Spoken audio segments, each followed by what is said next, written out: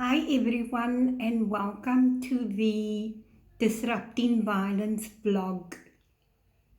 I'm Valdi van Renen Leroux and I'm from the Western Cape in South Africa.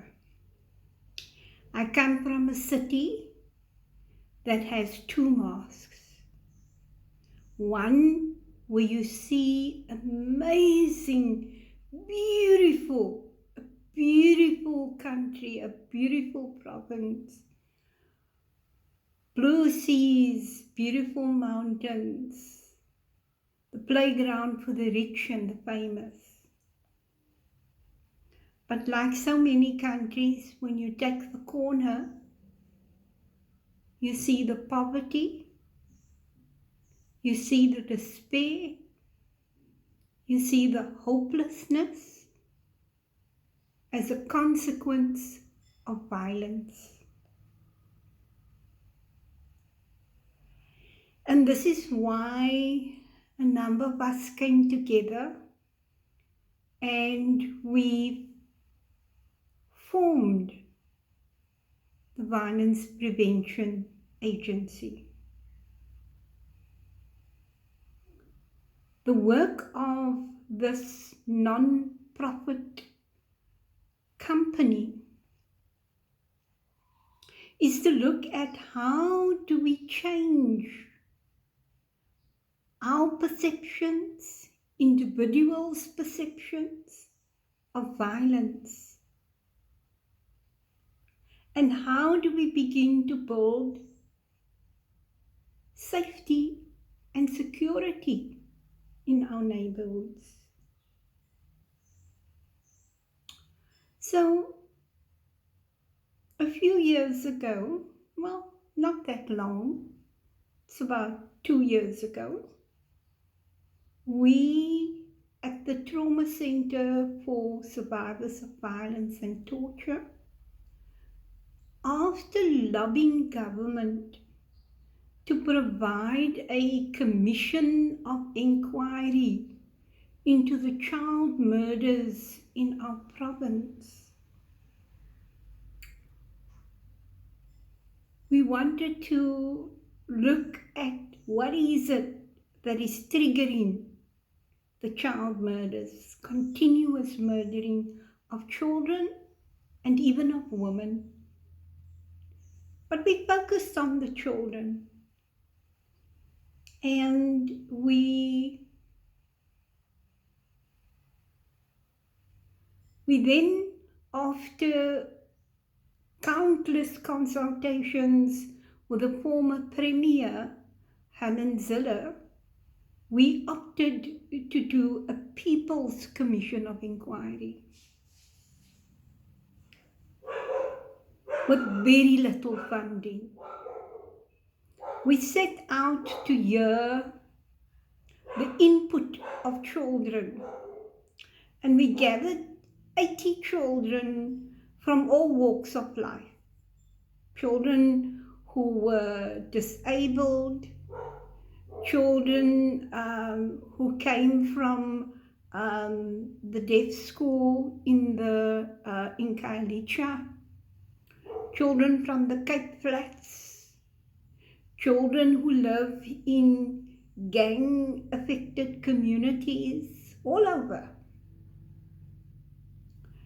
And at our annual Nelson Mandela Youth Dialogue, we sat down with those children and asked them to provide us with their testimonies of violence and how violence was affecting them. And of course, this is a very sensitive topic to be discussing with children, and therefore we used an art-based process or approach, where we got these kids to write on postcards.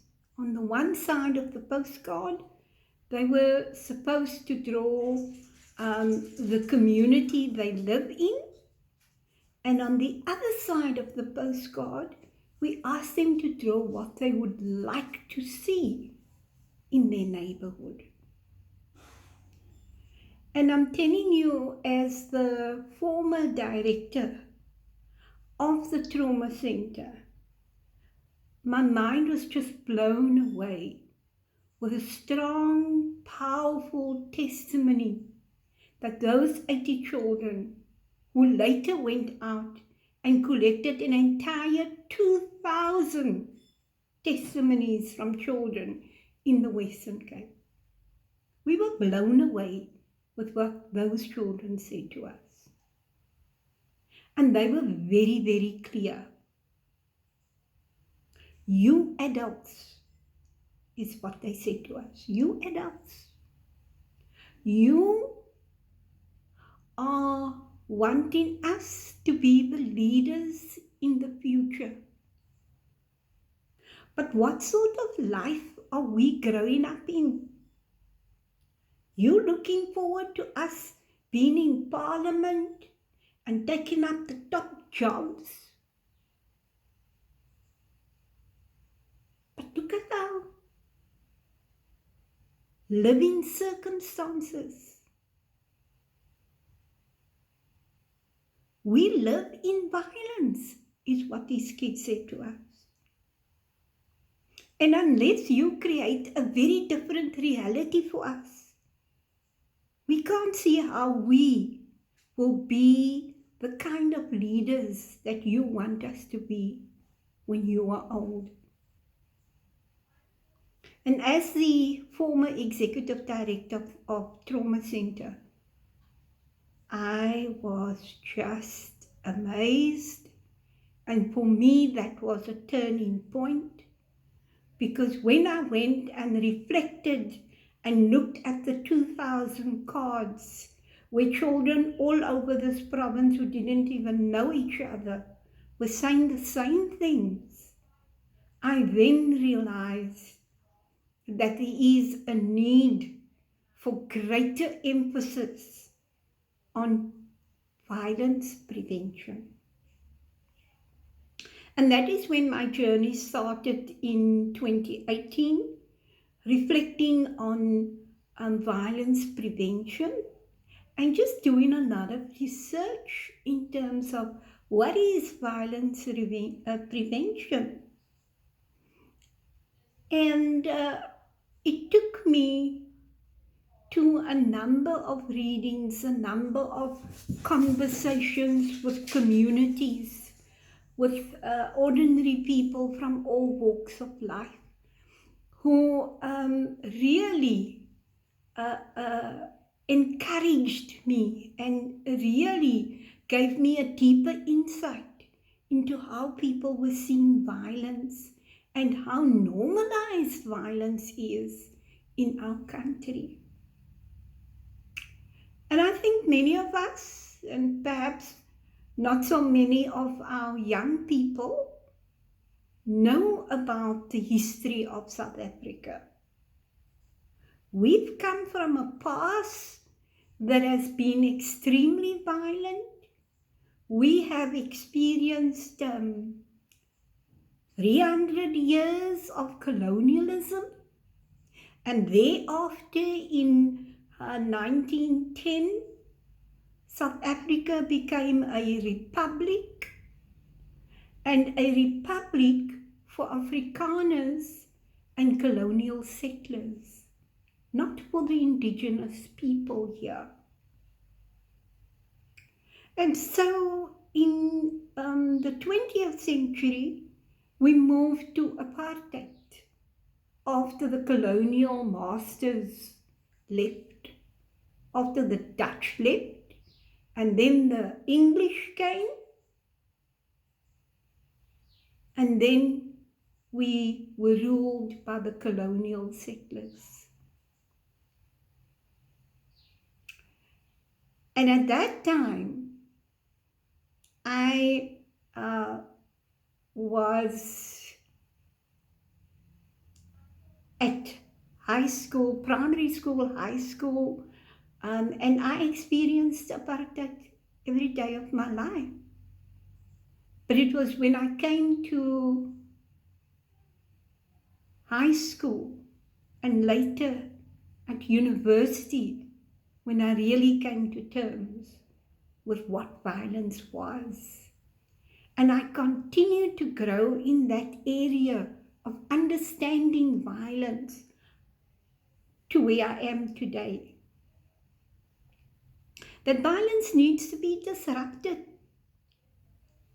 that it needs to change because we normalize violence. And I realized then, with those children giving me their testimonies, that violence is predictable and therefore it is preventable. And so I asked myself, but then why? Why are we still having children being murdered? Why do we still have women being raped and murdered? Why are our levels of domestic violence so high? Why are women murdered by their partners who's supposed to love and take care of them? Why are our children living in neglect and abuse? So all these whys.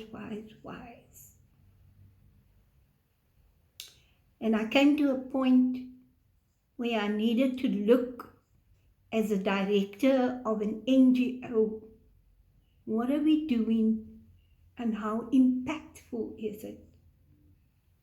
And I came to terms with the fact that violence prevention requires a holistic approach where all sectors work together. Despite the contested nature of violence and what we view as violence, how we view violence. So often people would say the opposite to violence would be peace. And what is peace? So both these constructs are very controversial. There's no one definition for violence, and there's no one definition for peace. Criminology, people who study criminology will view violence very differently from people who are perhaps in social development, will also view violence very differently. And so violence is messy, and it's highly contested, and it is debatable. So if I am to say to you that we need to end violence at all costs, then what am I saying about violence where people are protesting for their constitutional rights, for their human rights? What about the people in Gaza? What about the people living in the gang-affected communities here in the Cape Flats, where our death rate is like a genocide when we look at the amount of people who are murdered under the conditions of organized crime, gang violence? What about all those people? And why is it so difficult to eradicate violence? And so it has brought us to this point. It has brought us to a point where we are asking and we are wanting to work together to look at how we can disrupt this violence that continues to breed poverty, continues to breed racial hatred. Where do we move to? And that birthed Violence Prevention Agency. When people heard that we were going to start this agency, people thought it's a government structure. And we said no. Violence prevention must start with the individual. It must start with you and I saying, this is not how we want to live our life. It means that we need to go and look at ourselves, because we're not perfect. Or scowl, we scold, we fight, we take what doesn't belong to us. And then when we think about criminals, that's not us. We bully and we say horrible things about women and men as they walk past. And then we say, no, but we're not violent. We don't verbally abuse. We don't have emotion. We don't emotionally abuse people. We don't physically abuse people. But we don't understand how we impact on their lives through our behavior and our attitude. So we'd say in violence prevention that when we deal with violence and disrupting violence, we must start with ourselves first. Then we can go to our family members. Then we can go to our communities. And then we can deal with violence in South Africa. And I'm not saying that, as human beings, we don't lose it from time to time. I'm not saying that. I'm not saying that we are perfect people. But we do need to firstly look at ourselves before we go out and do violence prevention interventions. And so this is where we are at. And our vision is very clear. We are seeking to harness human agency to build a just and equitable societies who are committed to preventing violence. We believe that through violence prevention, we can build safety and security. We can deal with public health challenges. And if we are able to do this, we are able to grow our economy. We are able to grow our people socially and psychologically and politically, so that we can ensure that peacebuilding in South Africa becomes a reality. Nearly 30 years after the end of apartheid, we are still dealing with the issues of violence. Systemic, structural, physical, emotional, psychological, cultural, violence in all its insidious ways and forms. How do we begin to break the tide? One would have thought that torture in South Africa would have ended, given what many people have gone through under colonialism and under apartheid. But no, it hasn't stopped. Not even in democracy has it stopped. So our agenda is huge, and we cannot do this without others. And therefore we believe in partnership. We believe that through capacity building, training, and we're going to do this via e-learning, and we're also going to do it via our contact, our face-to-face.